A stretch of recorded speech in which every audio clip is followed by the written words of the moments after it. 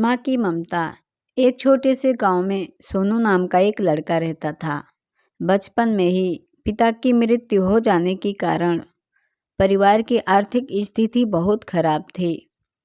सोनू की माँ घर घर बर्तन मांजकर और सिलाई बुनाई का काम करके किसी तरह अपने बच्चों को पढ़ा लिखा रही थी। सोनू स्वभाव से थोड़ा शर्मीला था और अक्सर चुपचाप बैठा रहता था। एक दिन जब वो स्कूल से लौटा तो उसके हाथ में एक लिफाफा था। उसने माँ को लिफाफा पकड़ाते हुए कहा, माँ, मास्टर जी ने तुम्हारे लिए ये चिट्ठी भेजी है, जरा देखो तो इसमें क्या लिखा है। माँ ने मन ही मन चिट्ठी पढ़ी और मुस्कुराकर बोली, बेटा, इसमें लिखा है कि आपका बेटा काफ़ी होशियार है। इस स्कूल के बाकी बच्चों की तुलना में इसका दिमाग बहुत तेज है और हमारे पास इसे पढ़ाने लायक शिक्षक नहीं है, इसलिए कल से आप इसे किसी और स्कूल में भेजें। यह बात सुनकर समीर को स्कूल न जा सकने का दुख तो हुआ, पर साथ ही उसका मन आत्मविश्वास से भर गया कि वो कुछ खास है और उसकी बुद्धि तेज है। माँ ने उसका दाखिला एक अन्य स्कूल में करा दिया। समय बीतने लगा। सोनू ने खूब मेहनत से पढ़ाई की।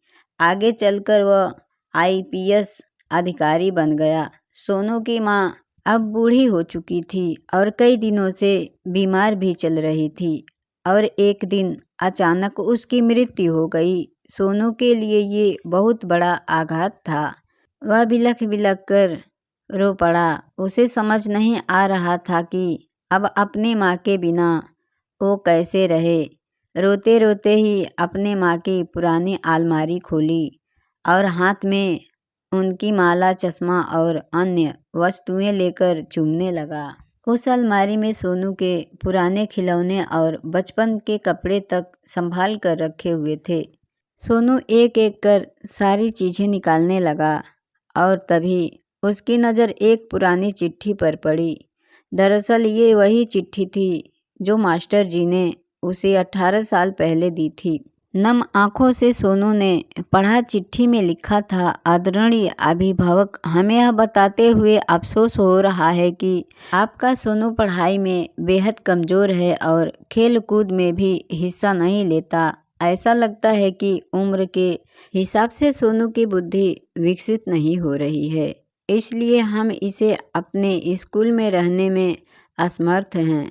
आपसे निवेदन है कि सोनू का दाखिला किसी मंदबुद्धि विद्यालय में कराएं या अपने घर पर ही रखें। सोनू माना कि भले ही अब उसकी माँ इस दुनिया में नहीं रहती, वो जहाँ भी रहे उनकी ममता, उनका आशीर्वाद सदा उस पर बना रहे। तो दोस्तों, आज की कहानी से आपको क्या सीख मिलती है हमें कमेंट में लिख के ज़रूर बताइएगा।